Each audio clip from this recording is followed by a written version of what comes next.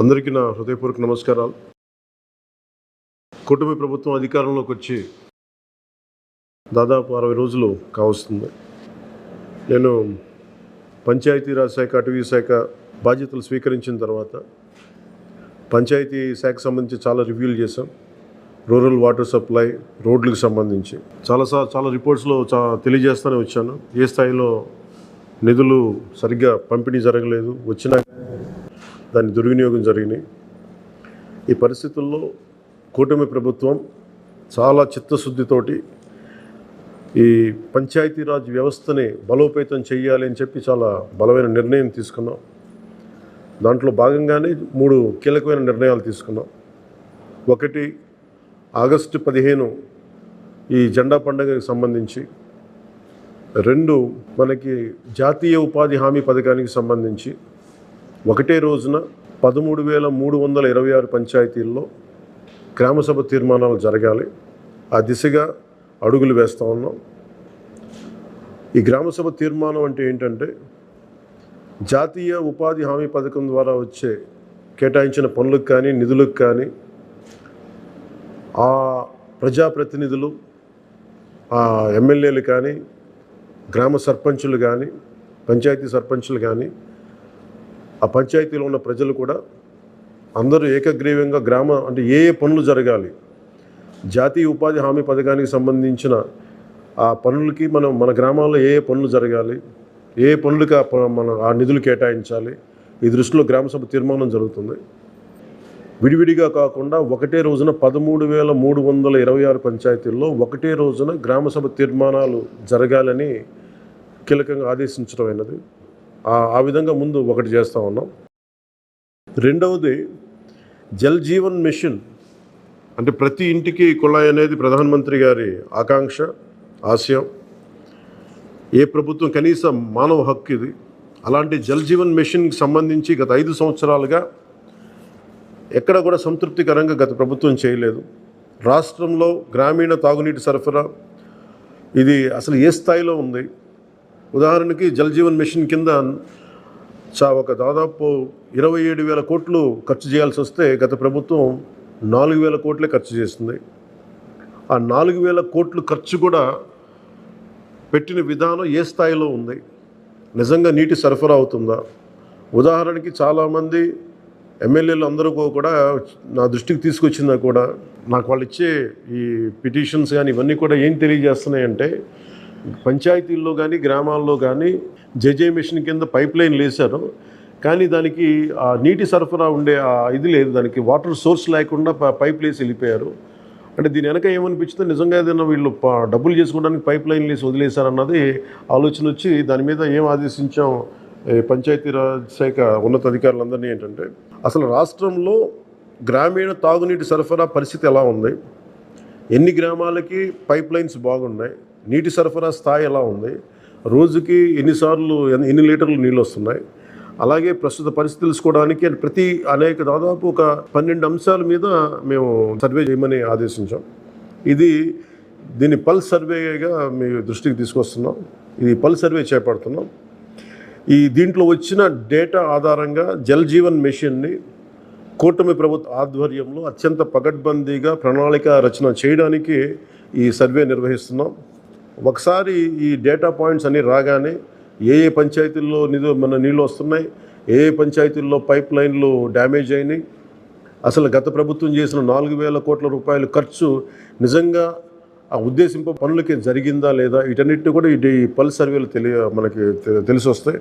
దీని సమూలంగా ప్రజలందరికీ సమీప భవిష్యత్తులో తెలియజేస్తాను. అలాగే గ్రామ పంచాయతీలు, పంచాయతీరాజ్ వ్యవస్థ బలోపేతం కావాలంటే సర్పంచ్ వ్యవస్థ చాలా కీలకమైంది. గత ప్రభుత్వం పంచాయతీ ఎన్నికలు సరిగ్గా నిర్వహించలేకపోవడం వల్ల మనకు నిధులు రాలేకపోయినాయి. చాలాసార్లు మేము అధికారంలోకి రాకముందు పంచాయతీ మనకి సర్పంచ్లందరూ మా దృష్టికి తీసుకొచ్చింది ఏంటంటే, కనీసం మాకు బ్లీచింగ్ పౌడర్ కూడా మాకు కొనుక్కునే డబ్బులు లేవు మా దగ్గర. వాళ్ళ అకౌంట్లో పడ్డా కానీ డబ్బులు ఈ ప్రభుత్వం ఈ డిస్కౌంట్స్కి అని చెప్పి డబ్బులు తీసేసుకున్నారు. సో పంచాయతీల నిర్వహణకి ఎన్నికలు జరిగినాయి, కానీ పంచాయతీల నిర్వహణకి సంబంధించి ఏ విధంగా వారికి సరైన ఆర్థిక పరిపుష్టి జరగలేదు నిధులు పడ్డాక. నిధుల దుర్వినియోగం జరిగింది, అది మీ అందరికీ తెలిసిందే. దానికి మరింత వివరంగా ఎప్పటికప్పుడు తెలియజేస్తాం. సో ముఖ్యంగా పంచాయతీరాజ్ వ్యవస్థని, సర్పంచ్ వ్యవస్థని బలోపేతం చేయాలన్నదే మా కూటమి ప్రభుత్వం తాలూకు ఆశయం, ఆకాంక్ష.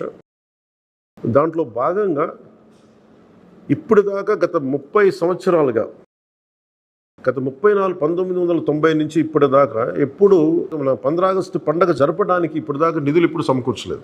చాలా నామకే వాస్తే నామమాత్రంగా ప్రతి పంచాయతీకి, చిన్న పెద్ద పంచాయతీలకి 100 రూపాయలు, చిన్న పంచాయతీలకి, పెద్ద పంచాయతీలకి 250 రూపాయలు చొప్పున ఇచ్చేవాడు.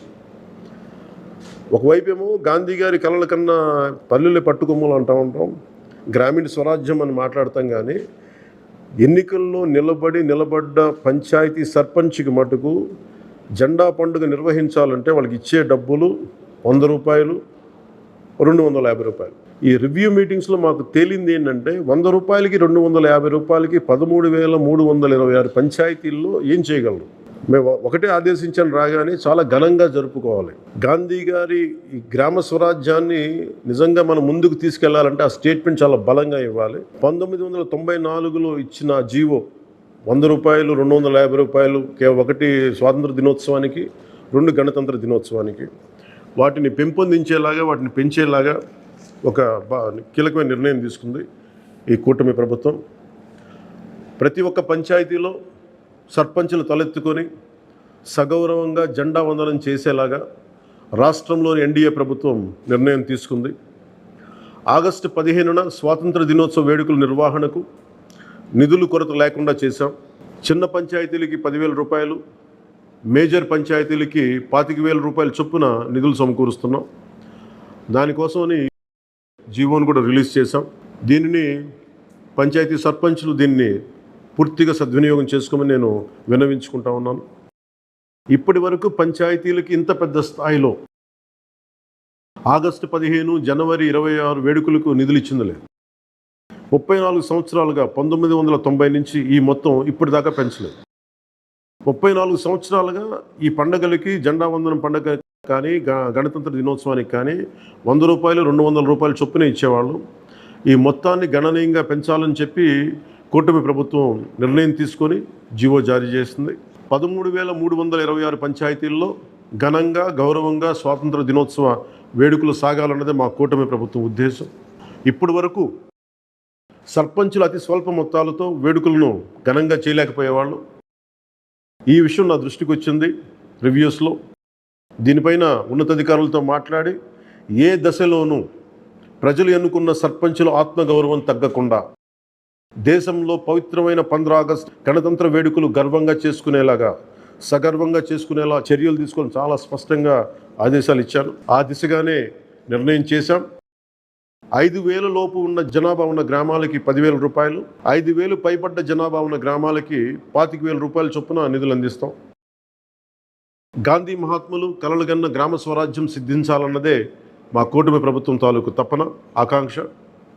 అందులో భాగంగానే పంచాయతీలకి తీర్చిదిద్దే ప్రక్రియకు శ్రీకారం చుట్టాం. ఈ ఆగస్టు 15 నుంచి పారిశుద్ధ నిర్వహణ, రక్షిత తాగునీటి సరఫరా, మౌలిక వసతులతో కల్పనతో గ్రామాలు సర్వతోముఖాభివృద్ధి దిశగా అడుగులు వేస్తున్నాం. గౌరవ సర్పంచులందరికీ నా విజ్ఞాపన, ప్రభుత్వం నుంచి విన్నపం, ఆగస్టు 15 నాటి వేడుకల్లో అందరి భాగస్వామ్యం ఉండాలి. పంచాయతీ పరిధిలోని పాఠశాలల్లో వ్యాసరచన, క్విజ్, డిబేట్ పోటీలు, క్రీడా పోటీలు నిర్వహించాలని కోరుకుంటా ఉన్నాం. ఉపాధ్యాయులు భాగస్వామ్యంతో వీటిని నిర్వహించాలని కూడా ఆదేశాలు ఇచ్చాం. గ్రామంలో స్వాతంత్ర సమరయోధులు, రక్షణ రంగంలో పనిచేసిన వారు, ముఖ్యంగా పారిశుద్ధ్య కార్మికులకు సత్కారాలు చేయాలి. గౌరవ ప్రధానమంత్రి గారు ఇప్పుడు కూడా పారిశుద్ధ్య కార్మికులకి ఏ స్థాయిలో గౌరవించారో అందరికీ తెలిసిందే. రాష్ట్ర ఎన్డీఏ ప్రభుత్వం కూడా ఆ దిశలోనే గౌరవ ముఖ్యమంత్రి శ్రీ నారా చంద్రబాబు గారి ఆధ్వర్యంలో పారిశుద్ధ్య కార్మికులకు అదే గౌరవం ఇవ్వడం జరుగుతుంది. సో ఈ విధంగా మేమందరం బలంగా, చాలా కీలకంగా పనిచేస్తూ ముందుకెళ్తున్నాం. దీని అందరికీ ప్రజలందరూ ఆశీస్సులు కావాలి. సర్పంచ్ వ్యవస్థని, పంచాయతీరాజ్ వ్యవస్థని బలోపేతం చేసే విధంగా ఈ ప్రభుత్వం ఉంటుందని మీ అందరికీ తెలియజేసుకుంటూ, ఒకే ఒక విన్నపం, ఇది పర్యావరణానికి పరిమితులకు లోబడి పర్యావరణం పరిరక్షించేలా ఈ పండుగ ఉండాలి. ప్లాస్టిక్ వాడటం కంటే కూడా జెండాలకి ఆల్టర్నేట్గా మన ముఖ్యంగా మన చేనేత జెండాలు ఏదైనా వాడండి. అలాగే ఇప్పుడు నేను పెట్టుకుంది కూడా పర్యావరణానికి హాని కలిగించింది ఇది. దీంట్లో సీడ్ ఉంటుంది, దీంట్లో ప్లాంట్ అని చెప్పి ఒక సంస్థ ఏదో ఉంది, వాళ్ళు ఇచ్చింది. మేము ఈ స్థాయిలో మీకు దొరికినంత దాంట్లో పర్యావరణాన్ని పరిరక్షించేలాగా ప్లాస్టిక్, మన జెండా పండుగ అని చెప్పి ప్లాస్టిక్ అంతా రోడ్ల మీద పడేస్తాం. అలా కాకుండా చాలా బాధ్యత తొందరగా జరుపుకోవాలి అని తెలియజేసుకుంటూ సెలవు తీసుకున్నాను. జై హింద్.